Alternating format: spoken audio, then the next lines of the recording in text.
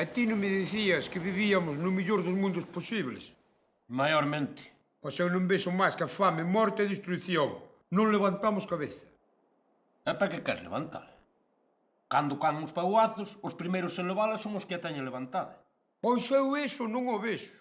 Aquí os paus van de abaixo para arriba. Mira ao teu alrededor. Que ves? Botellas. Este é un mundo maravilloso. Iso é o que nos anestesia. E non nos deixa ver a realidade. Estás enfermo? Tes fiebre? É que ven iso agora? Aquí non hai peixe. Hai que ir pescar a África. É que máis dá? En África págana como aquí. Pois por iso. Xa non é rentable. Xa non che podo pagar o seguro. Que seguro? Se xa nunca pagastes. Que sempre se lle desconto ao mariñeiro. Neso sí que non empeoramos. Mira as mulleres. Cantas granjas de costura cerraron na Costa da Morte? Pois había 2.900, quedan 900, cerraron 2.000, o algado non gaña. A túa carmucha estuvo traballando nunha e non lle foi nada mal. Pois agora vaille millore. E logo? Montou unha granja de costura en Marruecos e agora é a jefe. Normal. Ali explotan a xente e non teñen dereitos. Pero a roupa que fan ali fai rica a xente de aquí. E o peixe que se pesca ali fai rica a xente de aquí. E a conserva que envasan ali fan rica a xente de aquí. A 4 de aquí. A 100.000 métonos no paro. E nin a roupa, nin o peixe, nin as conservas baixan para o consumidor. Solo falta que o coñá e o anís se fajan en Marruecos. Pois podería moi ben. Non sei se saberás que Marruecos foi protectorado francés. E calquera tonto sabe que o coñá e o anís son franceses.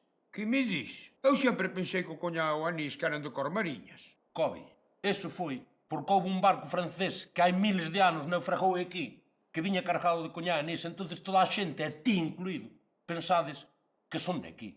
Pero non. Xa ves que no estranxeiro tamén se fan cousas boas. Mire, por exemplo, o vento do parque eólico. Aquí non nace o vento, que de algún sitio ven. Do estranxeiro, só o sei. Pero, según ti, a riqueza vai a cando ao vento. Po estranxeiro. En forma de cartos. Pero depois volve aquí en forma de vento, Cobi. A enerxía non se crea nin se destruye, que se transforma. Aquí transfórmase en emigración. A ti que saberás. Eso sei no eu. Cando vi na mercante, nas plataformas, nos petroleros. Pero esa é outra ventaxa. Que ventaxa só? Andar polo mundo para ganar o pan? Pan sobra aquí. Se queres comer todos os días con pan de huevo ou bizcochón de 2 dúcias, non. A ventaxa, Cobi, é que gracias á migración o estranxeiro tamén ten cousas boas. Ten os gallegos. E iso cos tempos que corren é unha ventaxa moi grande. Que tempos? Pero non me dis que vivimos no mellor dos mundos posibles. Pero tes razón.